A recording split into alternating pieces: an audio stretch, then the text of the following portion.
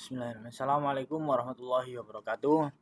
Perkenalkan, nama saya Noval Abiundi Arindri, biasa dipanggil Noval dengan NIM 251024030, program studi ilmu hukum, Fakultas Hukum Universitas Ahmad Dahlan.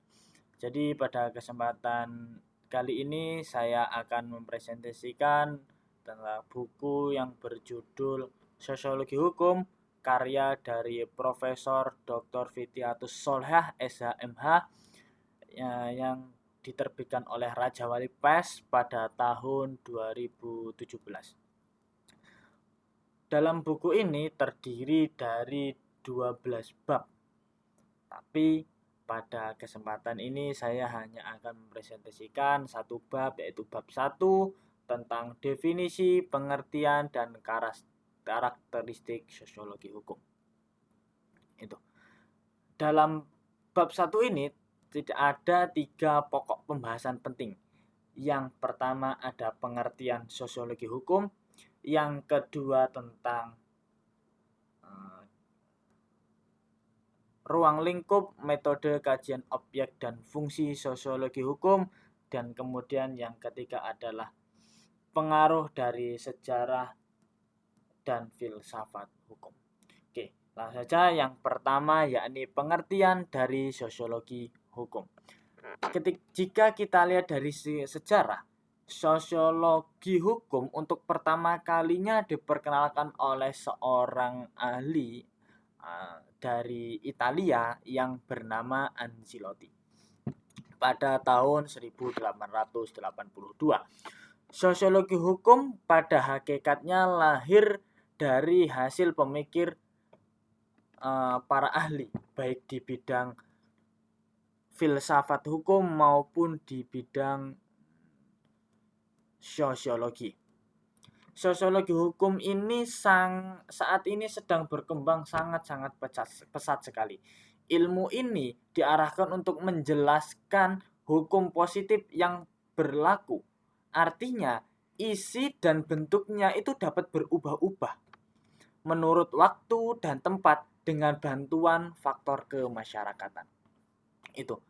Nah, kemudian menurut Roni Hanitijosumitro, ilmu hukum dapat dibedakan menjadi 2 spesialisasi. Yang pertama ada studi law in book dan yang kedua ada studi law in action. Nah, untuk studi law in book ya, artinya hukum dalam buku disebutkan bagi studi atau kajian tentang hukum sebagaimana tercantum dalam kitab undang-undang atau sebagaimana di dalam peraturan perundang-undangan. Dengan kata lain, studi tentang hukum sebagai norma atau kaidah. Hukum sebagai norma atau kaidah bersifat otonom. Artinya bahwa hukum tersebut berdiri sendiri dan bebas dari segala pengaruh.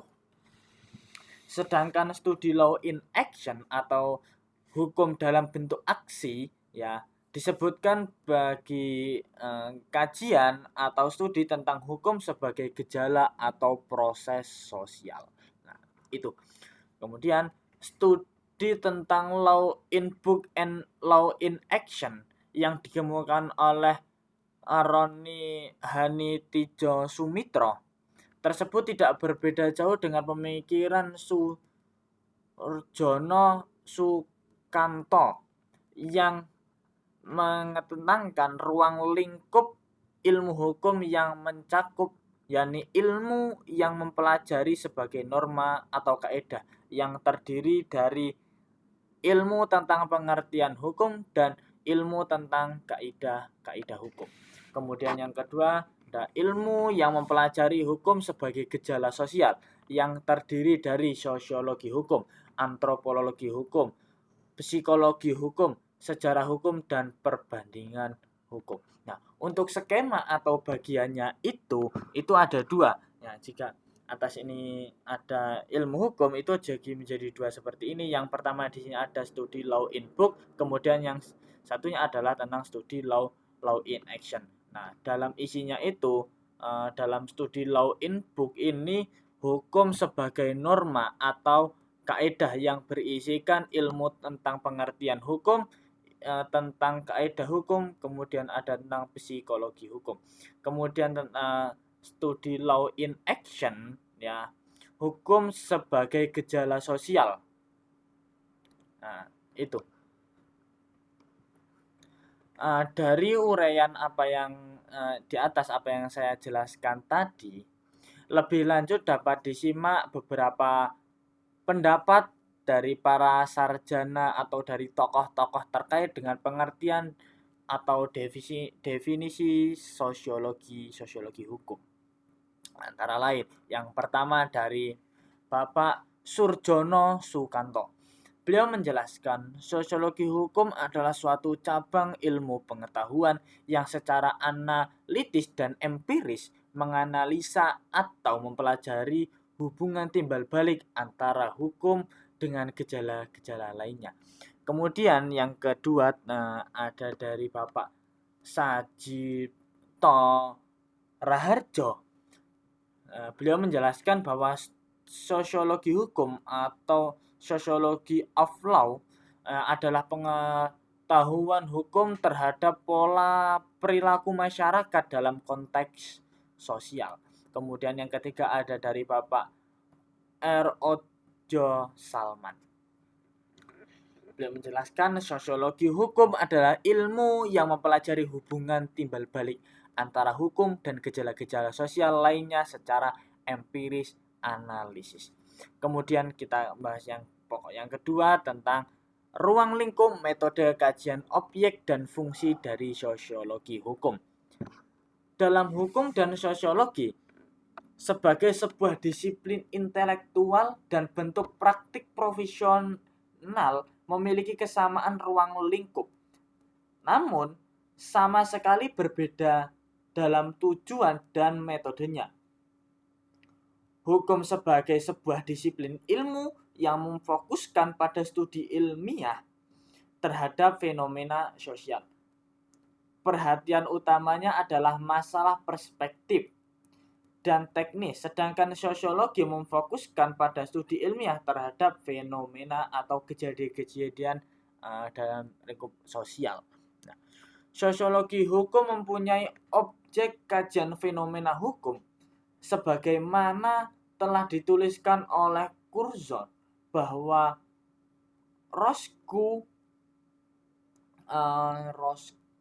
Roskupon menunjukkan studi atau pembelajaran tentang studi sosiologi hukum sebagai studi yang didasarkan pada konsep hukum sebagai alat pengendalian sosial.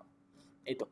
Ilmu hukum normatif lebih mengarahkan kepada kajian law in books, sementara sosiologi hukum lebih mengkaji kepada law in action. Atau jika masih ada yang mungkin ada yang bingung, law in arti dari law in book dan law in action. Nah, law in book adalah hukum dalam bentuk buku atau dalam bentuk catatan tertulis, sedangkan law action adalah hukum dalam bentuk aksi atau dalam sosial. Itu. Sosiologi hukum lebih menggunakan pendekatan empiris yang bersifat deskriptif, sementara ilmu hukum normatif lebih bersifat preskriptif. Dalam kajian ilmu hukum paling tidak ada tiga faktor yang menjadi parameter atau sebagai menjadi sebuah ukuran sebuah produk hukum dalam dapat berfungsi dengan baik, yaitu yang pertama, berfungsi secara filosofis. Setiap masyarakat selalu mempunyai yakni apa yang masyarakat harapkan dari hukum. Misalnya, hukum diharapkan untuk menjamin adanya keadilan atau kemanfaatan dan ketertiban ataupun kesejahteraan masyarakat. Kemudian yang kedua adalah berfungsi secara sosiologis atau empiris. Dasar keberfungsian secara sosiologis maksudnya adalah jika para warga masyarakat mematuhi hukum di mana hukum itu diberlakukan, Nah, itu secara sosiologis, secara empiris. Kemudian yang ketiga yakni secara yuridis. Keberfungsian yuridis atau normatif suatu peraturan atau kaidah. Jika kaidah itu merupakan bagian dari suatu kaidah hukum tertentu yang di dalam kaidah hukum saling menunjuk yang satu terhadap yang lainnya. Itu. Kemudian pembahasan yang ketiga tentang pengaruh dari sejarah hukum dan filsafat hukum. Oke. Filsafat hukum dan ilmu hukum adalah dua hal yang sangat-sangat mempengaruhi dari sosiologi hukum. Akan tetapi hukum alamlah yang merupakan basis intelektual dari sosiologi hukum. Beberapa prinsip mencerminkan keterkaitan antara hukum dan basis sosialnya adalah sebagai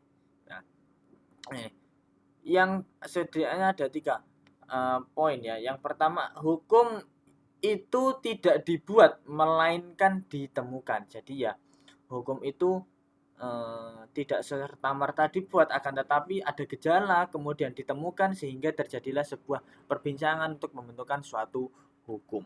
Itu. Yang kedua ada hukum itu tumbuh dari hubungan-hubungan hukum yang sederhana pada masyarakat primitif atau masyarakat awam, masyarakat yang belum mengetahui apa-apa itu sampai menjadi hukum yang besar dan kompleks dalam peradaban modern. Nah, itu kemudian yang ketiga, hukum tidak mempunyai keberlakuan dan penerapan yang universal. Nah, artinya hukum ini itu. Kemudian persoalan-persoalan pokok pada filsafat mempunyai ciri khas sendiri ya. Artinya dalam studi atau ilmu filsafat itu memiliki ciri khas sendiri dari segi materialnya ataupun dari segi bahasa dan lain sebagainya itu. Yaitu dalam pemecahan masalah selalu memunculkan pertanyaan-pertanyaan. Nah, ini kadang yang menjadi masyarakat awam bingung apabila tidak belajar dari filsafat hukum, apabila ketika ditanya terkait dengan pertanyaan-pertanyaan filsafat pasti akan sangat-sangat bingung sekali. Misalnya, ketika seseorang dapat menemukan perbedaan antara benar dan salah, maka akan muncul lagi pertanyaan, mengapa dan atas dasar apa pembedaan tersebut? Perbedaan tersebut dilakukan. Nah, jadi tidak hanya ditanyakan ya, ini benar atau salah, tapi ditanyakan juga mengapa dan atas dasar apa kok ini benar. Nah, ditanyakan juga atas dasar apa kok ini salah. Nah, itu menurut dari filsafat jadi tidak langsung merujuk pada satu pada jawaban, tapi harus ada penjelasan yang konkret, yang jelas. Nah, kemudian ada alasan apa. Nah, itu.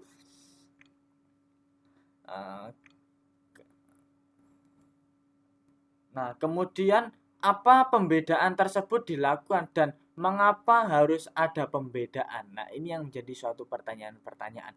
Dengan demikian, pembahasan filosofis itu mencakup penelitian atau penyelidikan yang mempunyai ruang lingkup yang sedemikian luas dan komprehensif. Nah, jadi untuk itu kita mungkin ini dari presentasi saya bab 1 mengenai tentang definisi pengertian dan karakteristik sosiologi hukum. Ya, jadi tadi menurut Bapak